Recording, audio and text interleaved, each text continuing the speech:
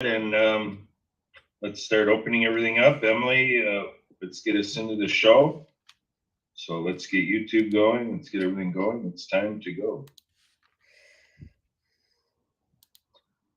All right, I will hop over and get YouTube Recording going. in progress. Our stream is going already. All right, say hi to your Restream audience. We got YouTube going. All right, Emily, kick it off. What's going on? Welcome everybody to another World of Ability show. That is part of the World of Ability Podcast Network. That was started in 2020 by Kurt Ruskov, who's here on the show with us, as well as Marcus Hart from Transforming Media out of Milwaukee, Wisconsin. This show is the anchor show of the World of Ability Podcast Network. And the show was started July 26th, 2020, on the 30th anniversary of the passage of the Americans with Disabilities Act, or the ADA, by then President George H.W. Bush. And so I am Emily, the podcast engineer and co-host of the show, along with Kurt Ruskov. We have a couple of guests today. Both of them, this is their first time on this particular show. One of them has been on one of our other shows a couple times. And so we have Tommy Tong and Kathy Artie. So Kurt, I'm going to pass it over to you. All right, bear with me, folks. I'm getting Instagram Live going. And so we are excited to be on this episode of the World of Ability podcast. And yeah, disability advocacy live streaming. We just have our guests here. Emily, are you producing an echo? I'm hearing an echo in our production. If we can have a sound check to help our sound quality, that'd be great. But thank you, Tommy. Thank you, Kathy, for joining us today. I'm working with Twitter a little bit, trying to troubleshoot my device. I apologize. Again, this is about the disability community, 2 billion people with disabilities around the world, people with intellectual and developmental disabilities, the deaf community, blind community, people with physical disabilities. And we're co-hosted here with Emily Gallmer, who came through Anne Marie of Livin, who founded Prosperity Pathways and Onward and Upward. And so we have met through for-profit and nonprofit business, and with the Happy Neighborhood Project, we have been given an opportunity in another co-op. We actually, part of the introduction with Anne Marie of Livin was through a humans cooperative, so mutual aid network, and an economic solution to create some changes so that we have alternative and additional ways, complementary ways to get resources to people doing what they do in the world, helping people do what they would like to do. And so that's what it is in disability advocacy. It's called self-determination. And so the idea is we want people around the world that are people with disabilities to be able to self-determine what they would like to do in their life.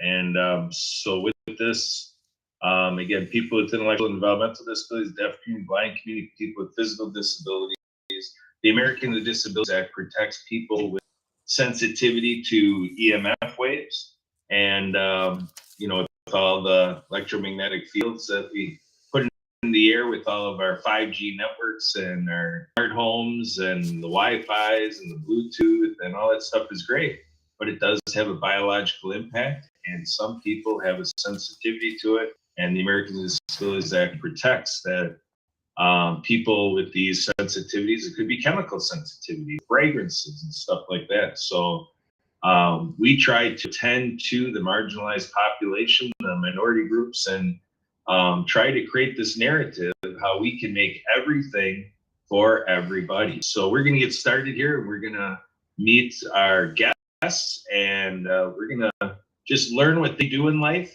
And as our conversation unfolds, we'll be taking a look at these opportunities thanks to what they do, and the maybe intended or maybe inconsequential benefits for people with disabilities. So Tommy, you want to come in here and get started? Tommy, are we going to be talking about trail life today? Are we going to be talking about census? Are we going to be talking about a lot of stuff, vintage life, whatever? Yeah.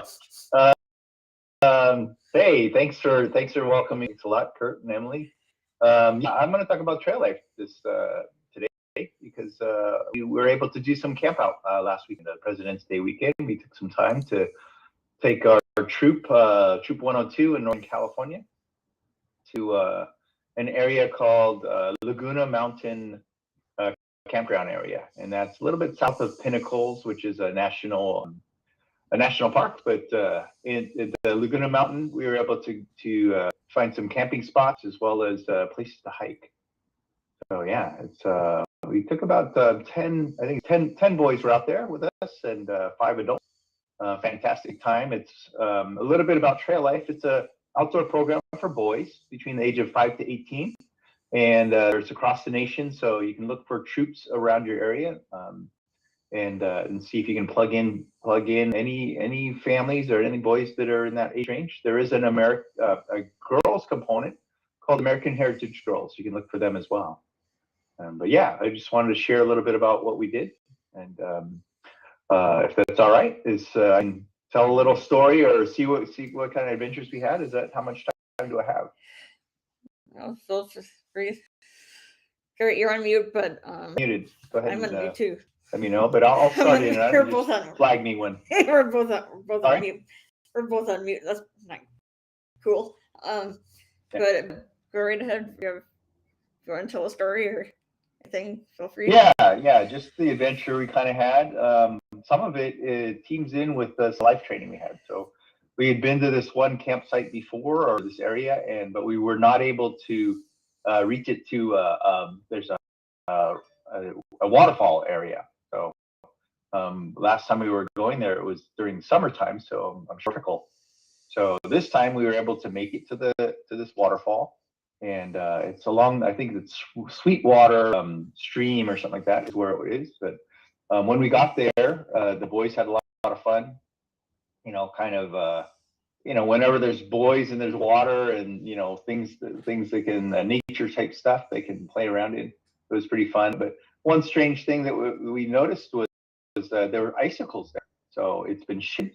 The temperature here in California has been kind of cold, but I didn't think that I know we didn't get snow, but in that area, I guess from the amount of moisture, it's able to create some icicles on the rocks. So that's one aspect of it. And so the boys were playing around with the icicles and just the wall. But we get to as we were headed back from there. So one, we made it to the destination. We finally got to see it. As we're headed back there, one of the adults actually twisted his ankle or sprained an ankle.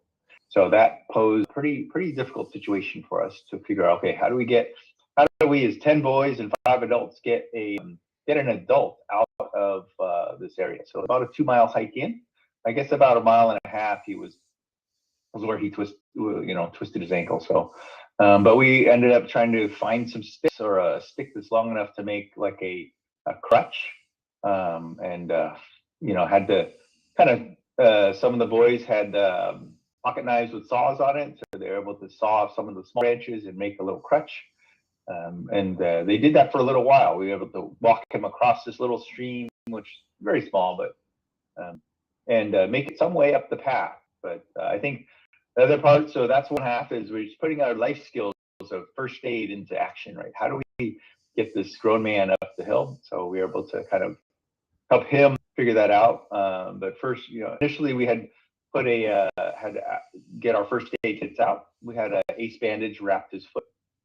I guess as they were walking along, thankfully, I mean, this is one of these Providence situations where these college boys were headed back down. Actually, a group of college gals and boys were also camping nearby, and they were headed down towards the waterfall. So, but I think I believe it's like 4 of them just help and say, hey, let's help this man out, and they were able to kind of sit carry him. So instead of using the crutch as a crutch, they used it as a seat. So two on each side, one each side, and then one person in behind. We're able to kind of have him sit down on that crutch stick and carrying and walk up the path. So we're able to get him back to the car. So again, it's some of these things that we teach in trail life skills, to be able to help somebody in need.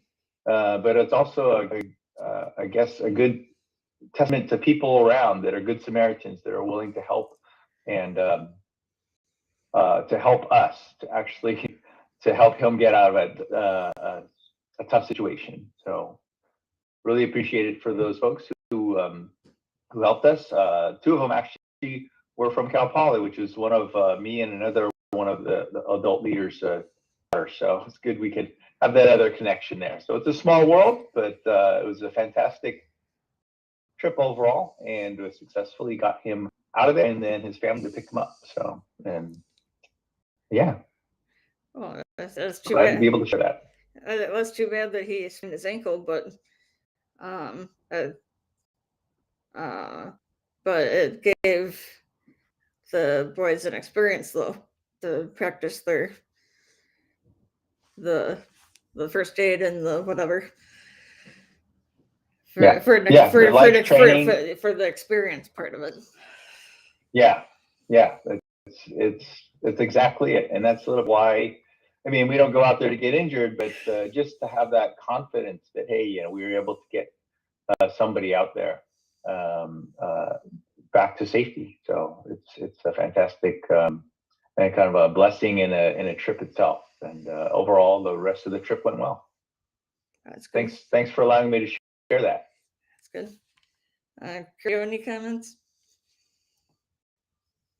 Well, I think what we want to do, Emily, is we want to kind of get our roll call going here. You want to go ahead and introduce our next guest. We got a couple more guests, and we have somebody who's in studio, listener, watcher, and going to be joining us for the post-show conversation coming up here in 45 minutes. But in the meantime, we have a couple more guests. So we have Ben and Kathy. So Emily, you want to go ahead and set one of them up to enter the stage? I guess for all, this was the first time I've met this person, but she did say just before the show that she was from Ireland. Kathy. So I figure if Kathy could, you first, you're gonna say a little bit about what you do, who you are, what you do. Yes, I'm from and living in Ireland, and I'm an artist, and I'm also a wheelchair user and neurodivergent, and I work at rehab care for different age groups. So I teach art classes to them, and we have a lot of fun making mess with paint. And different disabilities from age groups 18 plus to 40 plus. There's 2 different places, and I'm working between the 2, and then I'm making my own work when I can. And my friend Gracie invited me to go here, so she's here as well. So we're both from Ireland. I can and if you have any questions. Well, thank you for joining us. I'd like to quickly introduce our other guest here, Ben. Kurt and I just met with Ben just a couple hours ago, and we had a great conversation. So, Ben, would you like to say who you are, what you do? Certainly, thank you. My name is Ben Rusk, and I'm a wealth strategy coach. I help people understand how to handle their money, something we weren't taught in our schools here in the United States. A lot of other countries do business using other forms of currency around the world. We here in the United States use dollar bills, and we don't really understand or haven't been really well taught on what happens when you do business with a fiat currency. So I help people understand that, and I show them ways to protect their money through alternative means, precious metals and other vehicles to make it difficult for you to lose your buying power with our US dollar. So if anybody's interested in protecting their wealth or accumulating more wealth, I'd be happy to have a conversation with you. Thank you for allowing me to come on the show today. You're welcome. No, Tommy here is sort of in the financial, well, I guess more insurance than financial, but anyway. Kurt, do you have any questions? Well, Tommy, let's go back to you a little bit. Ben brings us to the idea of, monetary resources, financial resources to look at great programs, great activities, going out and doing an event, going camping, going in a trail life, whatever it may be. And, it takes money to do these things. Kind of what is the fiscal situation with an organization like Trail Life? Are you finding it well funded? Is it like a lot of nonprofit stuff where it's constantly noodling out how we're going to, find the wealth resources to keep a great program such as this funded? What does that look like? Yeah, for Trail Life, it's a nonprofit organization, so and it's usually run as a ministry of a church.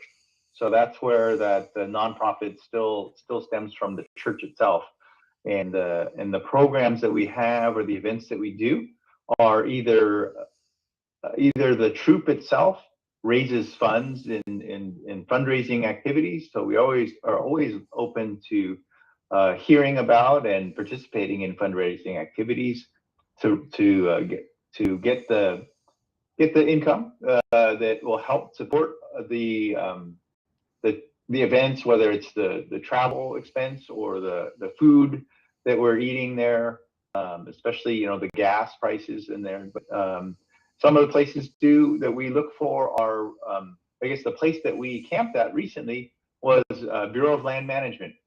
So it was federal land, and some of the campsites were free. This one we happen to be $5 per vehicle, but so we as a troop, we try and minimize the cost or stay in that minimum. But there are activities that we would certainly enjoy going to if we could raise some more funds. So yeah, that's one of the aspects we have is to figure out, is there annual or maybe twice a year we could do activities, raise those to get support for the troop. All right, excellent stuff. Thanks, Tommy. So Ben, when is the last time you were camping? I guess I'd have to go back. Well, I don't know if you call it camping, out in the woods, just kind of hanging out in the woods for the evening with a big old bonfire, probably about 3 weeks ago, but camping before that, at least a decade. Okay, so it's like Okay. makes I have another hobby that I share with people though. You had mentioned you were out on the BLM.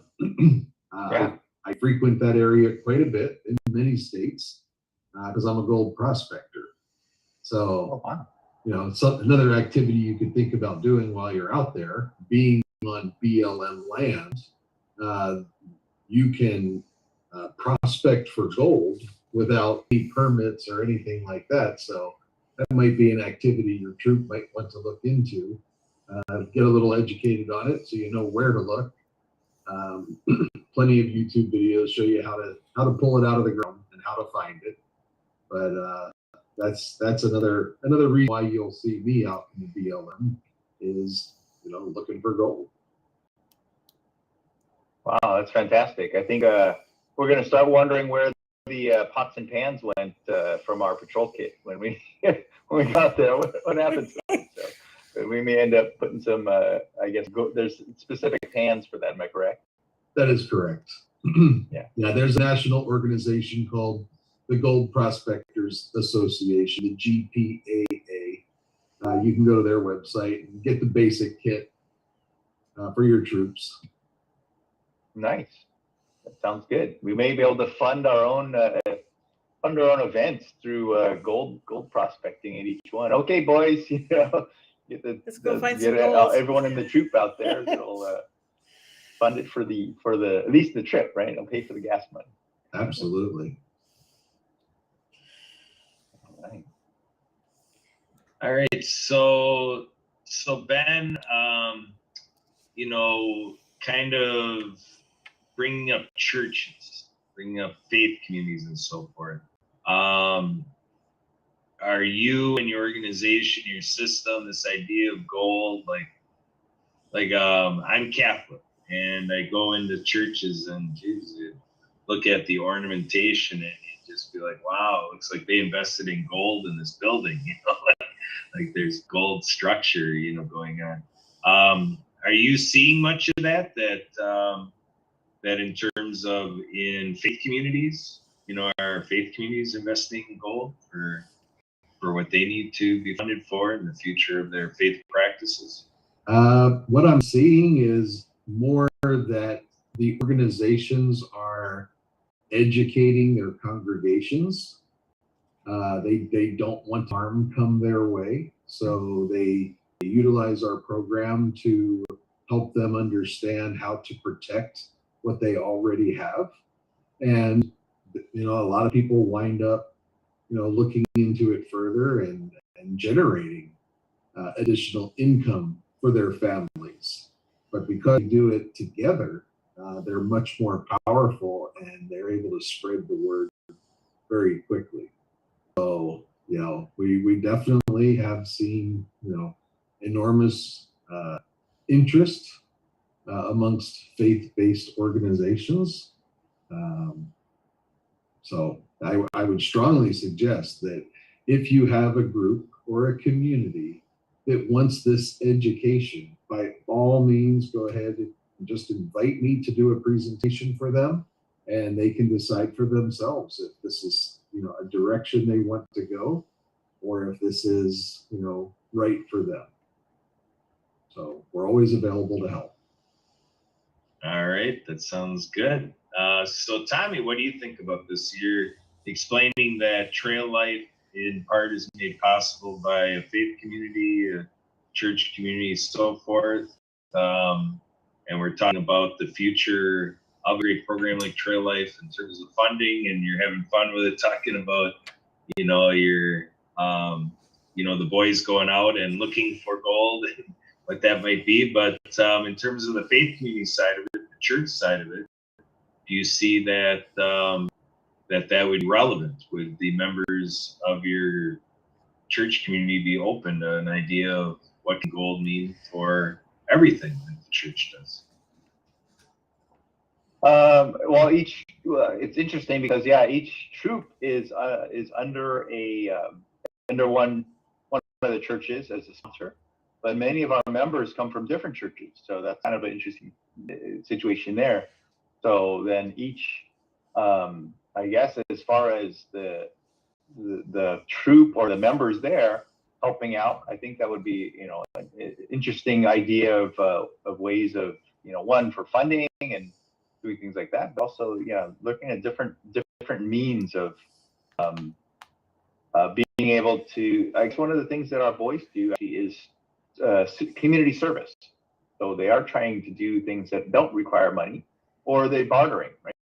Says, hey, we'll come and help clean up at a camp, or if there's a camp we want to go to, help clean up or maybe fix some of the trails. So there's a little bit of a bartering of service for the resources that they have. So that's one thing that we do kind of have as an ability, but also teaching the boys that, hey, there's other ways that you can get things done if you don't have the actual income to do it, or if there's, but the other side is we're training them that service is the key thing. Is how do you turn their act of service into something that may be a reciprocal kind of shared situation.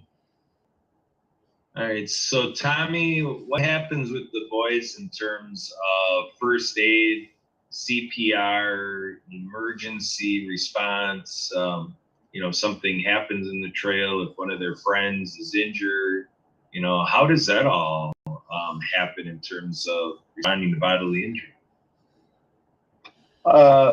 If anyone's injured, it usually definitely should be brought up to the adults. If it's scrapes and bruises, the boys are now training themselves, or they're it's kind of like they come to us first, and we kind of say, well, as they have achieved those the badges for it, we're now able to, as adults, to kind of relax and say, hey, talk to your patrol leader. So it's kind of a patrol method is the term that we use, is to start training top-down leadership. So there's patrol leaders. And then there's members, and then there's the patrol leaders, and then it goes up to the officers. So there's a first officer, sometimes there's quartermaster, second officer. Sometimes there's scribes and some other additional leaders in there. But then if they can't handle it, then it comes up to us as adults. So definitely the serious injury. We did have one of our troop meets. We had a broken arm once, and it was pretty early in our troop kind of forming. So I ended up, kicking in my thoughts of, aside from my own shock, was, okay, here's what we got to do. And I did, during the process, ask the boys questions. Okay, here's a broken arm. What should we do? Does somebody have a scarf or bandana that we can use as a sling? And the other one was, just said, well, how will we splint this? Do we have any sticks? And we're in our troop at the church, so it's like a youth room. So I said, let's get a magazine, right? Newspaper or magazine, and let's roll it around his wrist and then tape it so that it stabilizes his arm. So yeah, we do end up having triage ourselves as best we can. I think there's only the broken arm, I think a broken leg was the two that we did have to triage and so these are life skills and life lessons that happen. So thanks for the question. You bet. So Kathy, I want to reach out to you a little bit in what you do, the service you provide. Can you describe for us a little bit how you're prepared to deal with emergencies, extreme conditions, anything that with those you serve, if you're in the middle of an incident or that causes an accident or bodily injury, kind of what it look like in the field the way you do, Kathy? Yes. Well, I started with rehab in the 9th of January, and I have been on 13 training courses since. So they put in a lot of measures to make sure we're educated in order to be able to deal with this stuff. And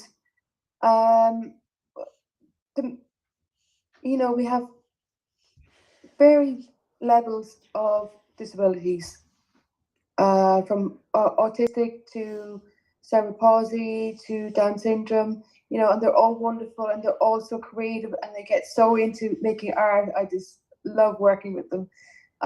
So the one thing I'm discovering is communication, how we communicate how if somebody gets injured, if say the fire drill, for example, we're in a building and there's a lift, and so it's negotiating how to, one of our guys with Down syndrome, he likes to be on off screen, for example, and while he's off screen, he doesn't like to be using his name. And so they've already had issues in terms of when the fire drill goes off and he refuses to answer by his name because he's off screen. And so this week I negotiated with him, there has to be a way for him to answer to his name in the case of emergency, for example. So they've done it before. He got overwhelmed and reacted and so on. And so this week, instead of going, you will, because often demand avoidance is a real thing. It's a real thing for me. So I totally get their demand avoidance in terms of approach.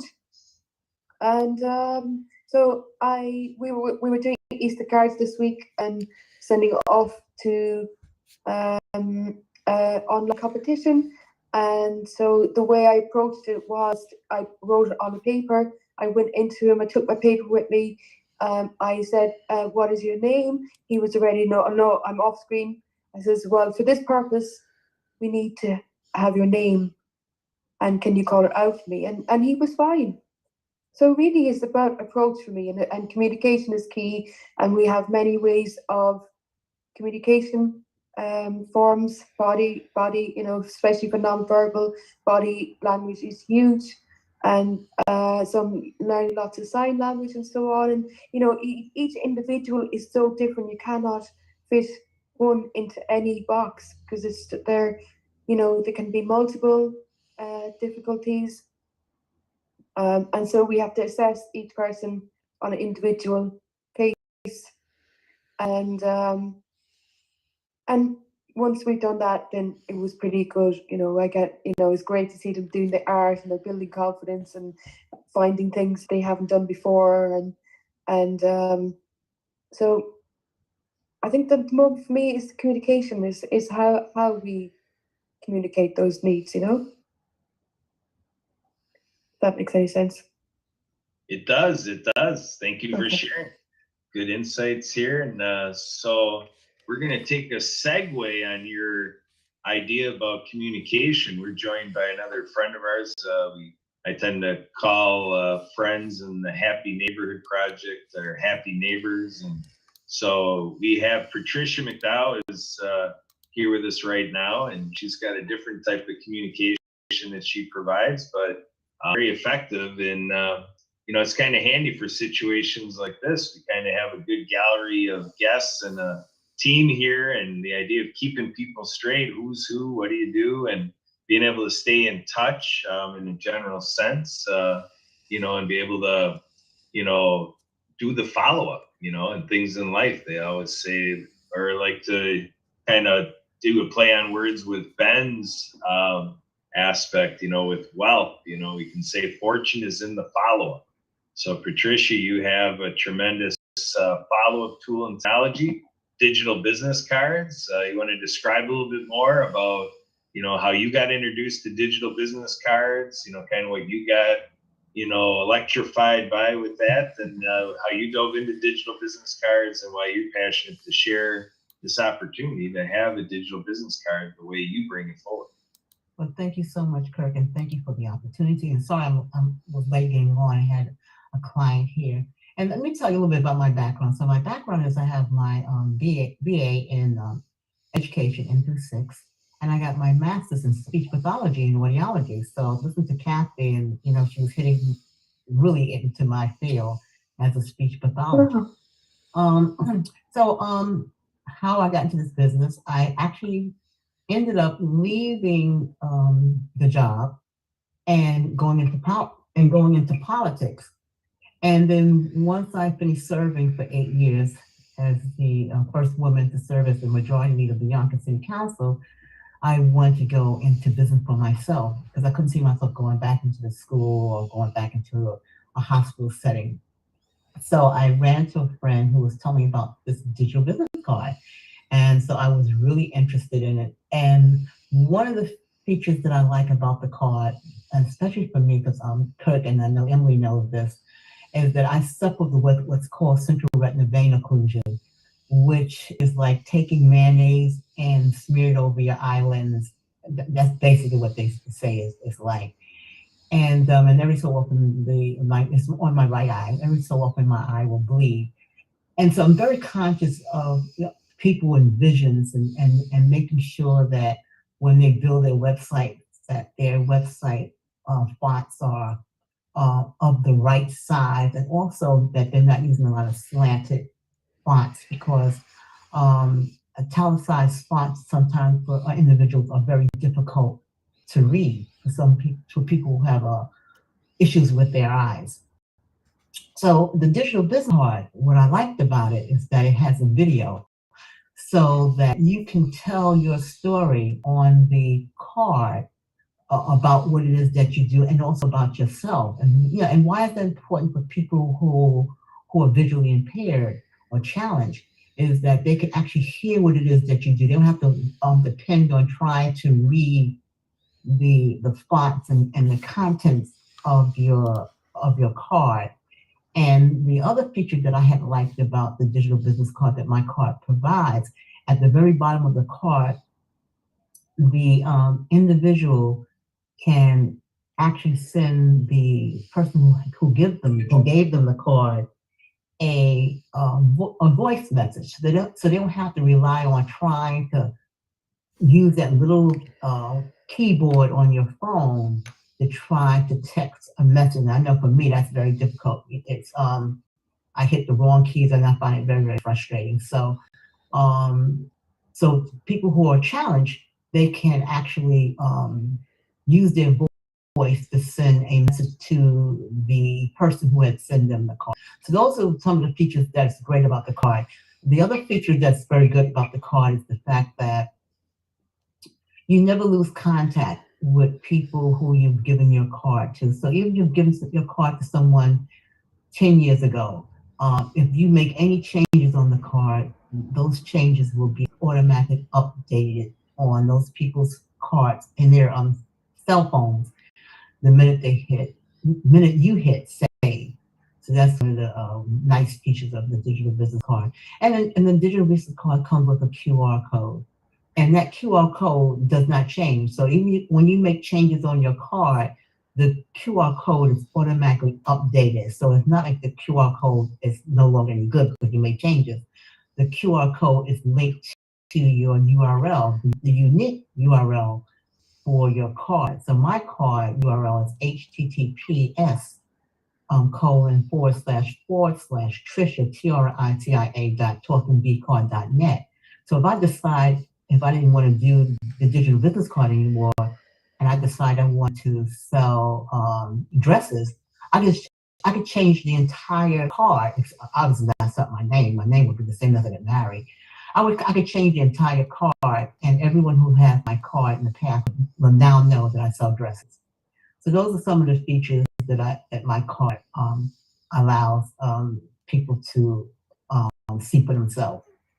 Kurt, back to you. All right. So, do you have plans of selling dresses in the future? Is this exciting? You never know, right? That's why I had to ask. All right. So, Ben, I want to go over to you. With being able to be a wealth coach and education you provide. Do you practice this, having a digital business card of some sort in this digital age, doing, Zoom meetings and, having typed out business card information one way or another with their phone number, email address, and so forth, their website? How do you do this, Ben, in your wheelhouse to share around details that otherwise, if we had a physical business card, that we got to, make it handy for people to come back to our information? How do you do it? Absolutely. Basically, I just tell them it's a real easy URL. Just go to benrusk.com. It can't get any simpler than that. you know my name, then you can get a hold of me and, learn more about what I do and how I do it. Always happy to share technical details. I was in the IT industry for 35 years. So I have just hung up my hat in corporate America and went out on my own, become an entrepreneur. And I've had a hobby of gold panning and gold mining for over 20 years and metal detecting as well. So I think I found my niche in combining all of those skills that I have into one wonderful retirement hobby to enjoy while living at the beach and enjoying the fun in the sun. Fun in the sun. That's a great concept, and that's what we want to empower everybody around the world to be able to do. Just can't beat that. Folks like myself with fair skin, we got to watch out. With the fun in the sun, we can get blistery sunburns and stuff like that, and it's happened. Me too. That's why I gotta wear a hat. Yeah, have to go to that silicone jelly and all that kind of stuff. It's just like, wow. So Tommy, in terms of a digital business card and with what Trail Life is doing, and you're wearing the Trail Life hat today, literally. That's kind of cool. Thanks for doing that. But you wear other hats figuratively.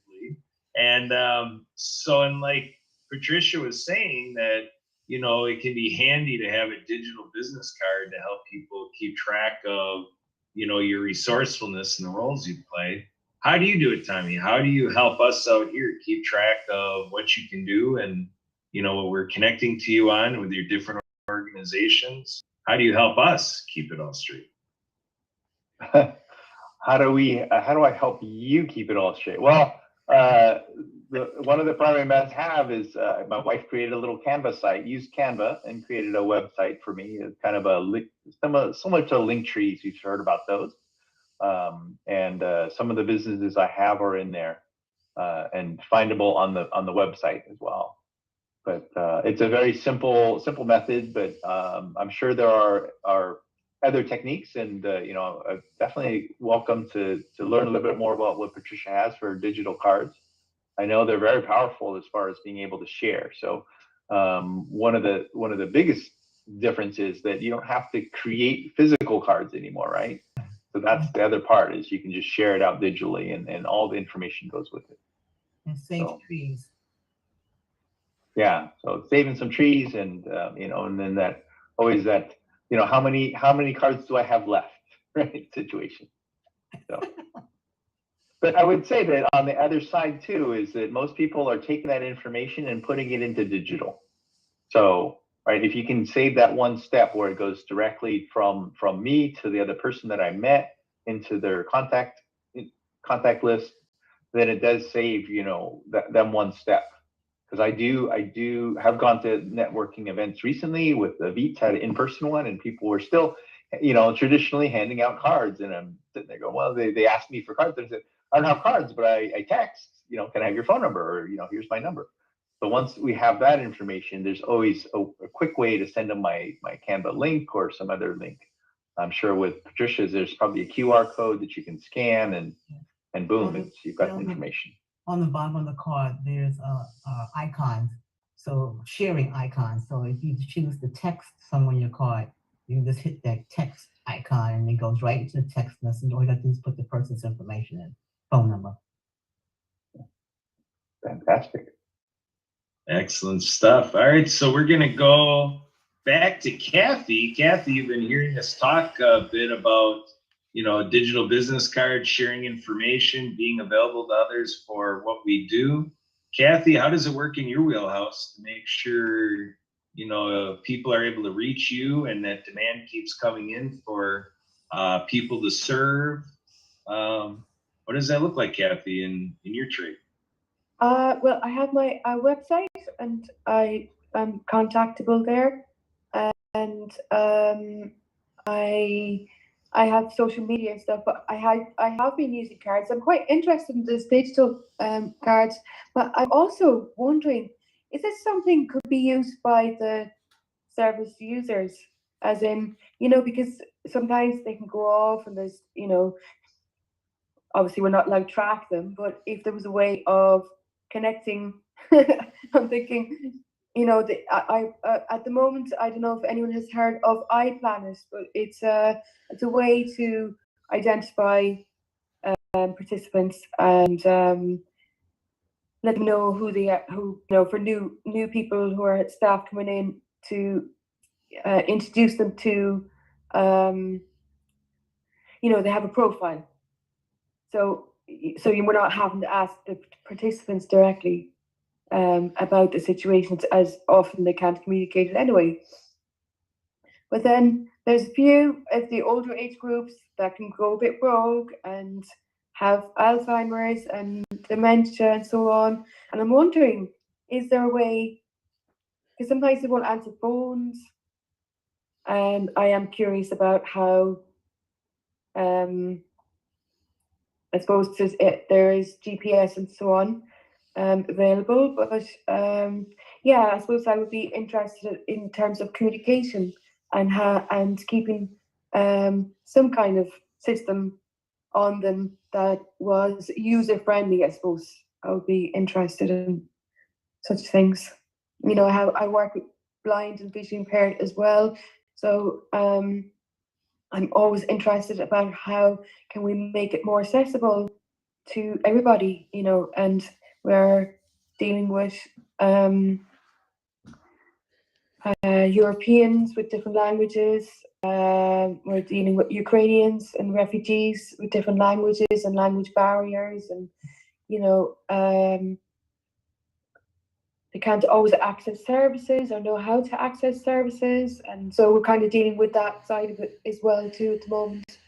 And I suppose it's all a learning curve, but brings back to communication again.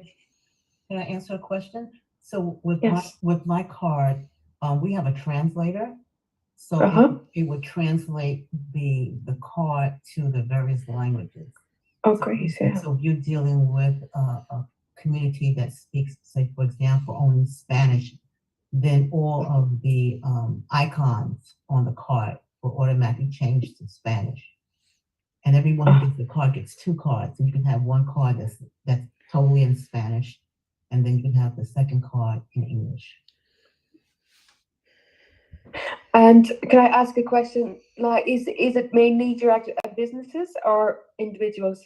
No, I have a card for when I was on the city council, I did a project called Enslaved African Rain Garden, and I have a card just for that, which is a non-for-profit. Uh-huh. Great. And then I have a friend who, Because I think, yes, no, great.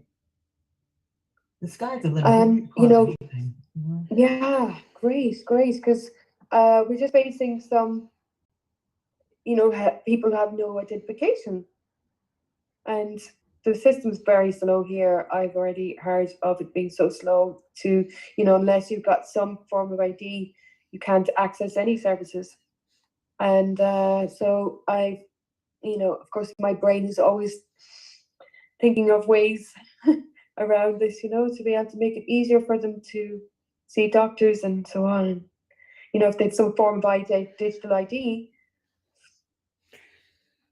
Yeah, if you were a resource, say for example, and you want to have a card just for resources, then what you can do is, like, say for example, if you want to refer a doctor or ophthalmologist or a speech pathologist, then you would just make those icons on your card and just give them to people and say, okay, if you're interested in a speech pathologist, just click on that particular icon, and that will give you that person. It would you could either take that person's website or whatever, wherever you want to redirect that card to.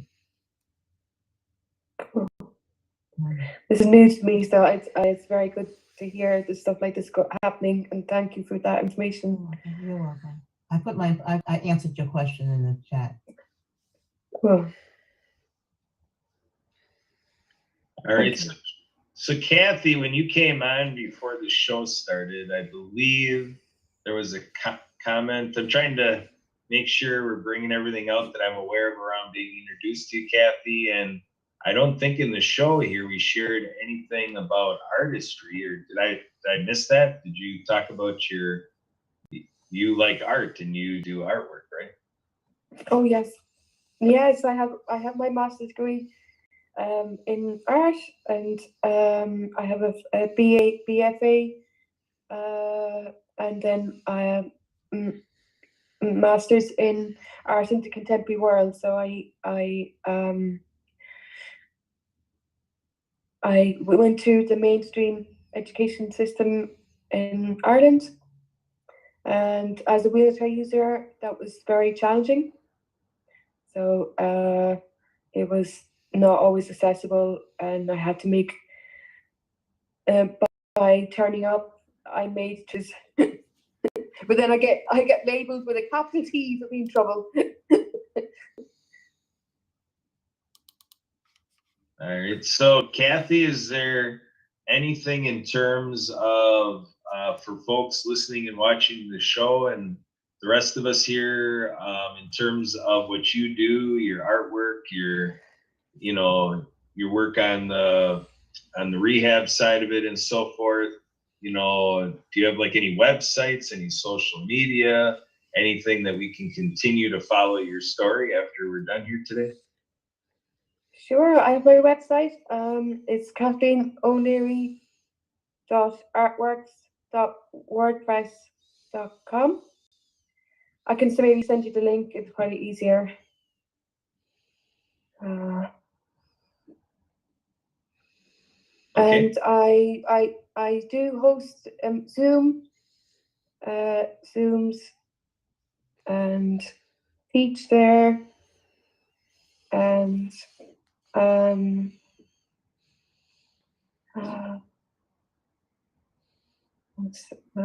oh yes, I teach the Artist Way recently, and I do neuropride craft Zooms as well. People turn on, we doodle, we talk and we doodle, and that's has been very helpful to many people. So I shall. Oh, so there. Oh. All right, looks good. Thanks. Thank you, Oh, Kathy. Okay, yeah. And well, we are getting into the concluding minutes of today's show. Boy, the time really flew this hour. And but we're going to go around and collect final thoughts. And again, any takeaways, any additional or even repeating information to make sure that once we are off the show, that people can continue on their journey. And, with Ben here, I'm starting something with him that I'm having fun with puns with our names because he's Ben Rusk and I'm Kurt Roskoff. So I'm trying to create an off thing for Ben. So he'd be Ben Rusk off to the races or something like this. Trying to have fun with your name, Ben. But in any case, Ben, any final thoughts, any takeaway message? And I know you say best.com, but anything else in terms of calling card information? No, that's the one I give everybody, is the benrusk.com. Yeah, just to mention that, I truly believe that we need to start educating people, as quickly as possible, as young as possible.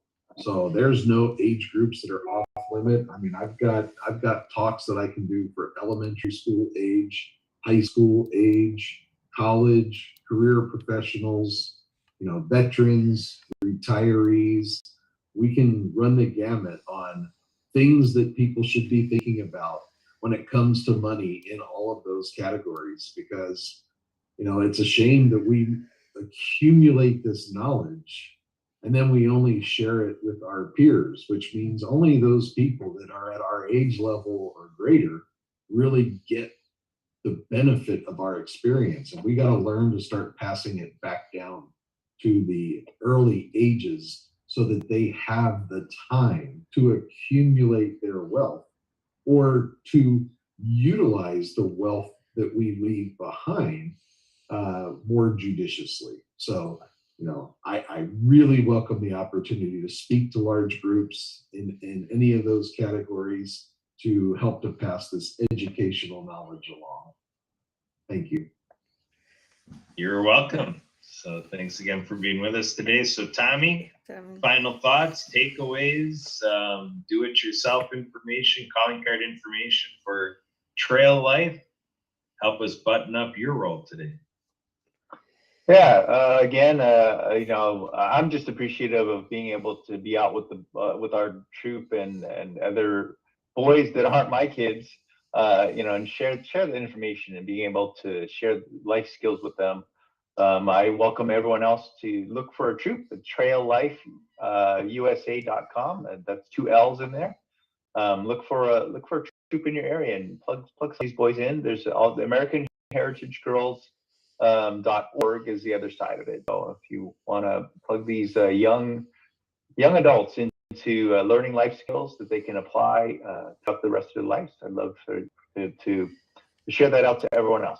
So, and yeah, great to be here and learn more about some of the other business and things that others are doing. So nice to meet you, Patricia, Ben, and Kathy. So great being here. Patricia, All right. Patricia, what would you like to give for calling card information?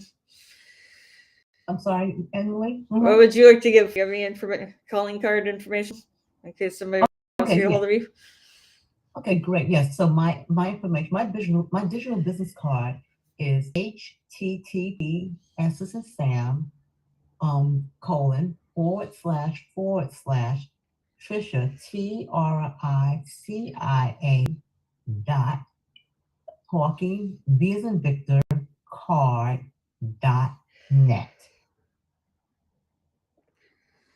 And I guess I'll give my final thoughts. I think communication is key. I commend those who are looking to educate and to help others. I think when we're in business, I think it's our obligation to go into within our communities. And if you can't find within your community, to find a community in which you can give back, because I think if everybody thought that way, we will be a better world and we'll have better, we will produce better people. So continue to do what you do. I commend Tom, who I met before at H&P, and Ben, and as well as Kelly. I don't really know Grace, but I'm sure she's doing wonderful things as well.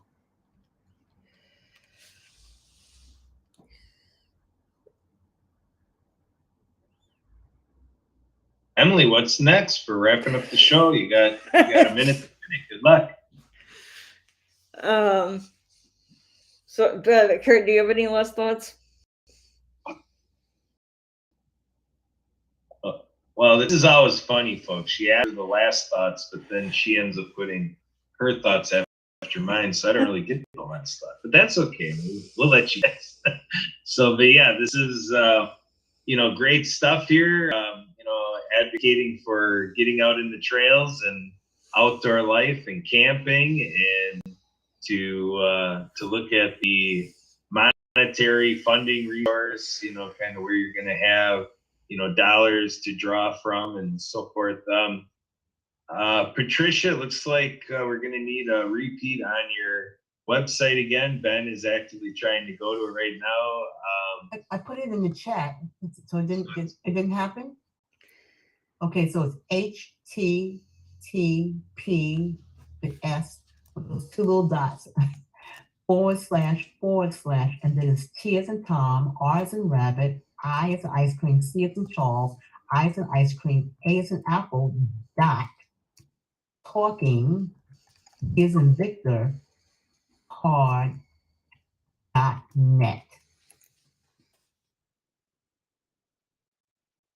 Thank you, Emily. All right, so thank you.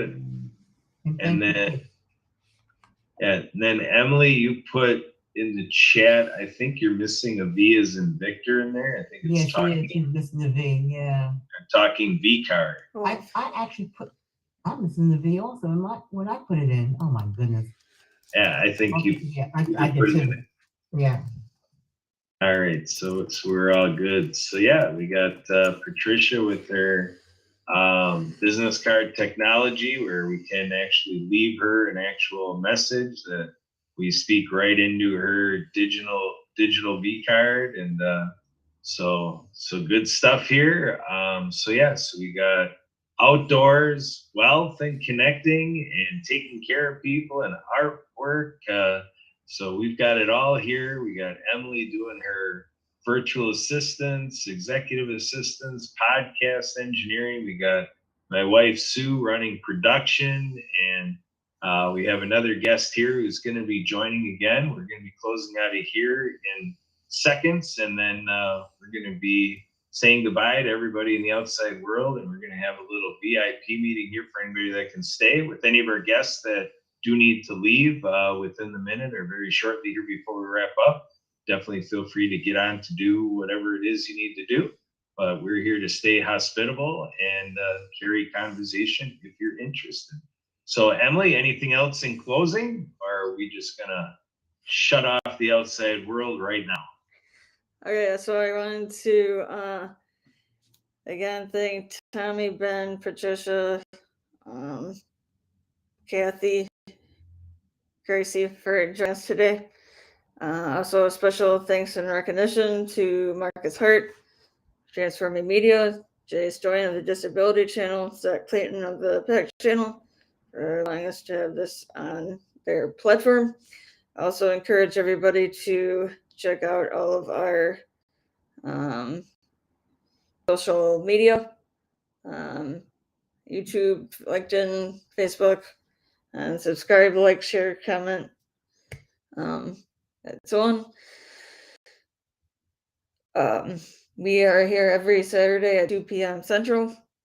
So I encourage everybody to join us any Saturday that works for you. So on behalf of myself, Kurt, Sue, and the rest of the World of Ability Podcast Network, I wish you a safe and productive week and to stay happy. Recording stopped.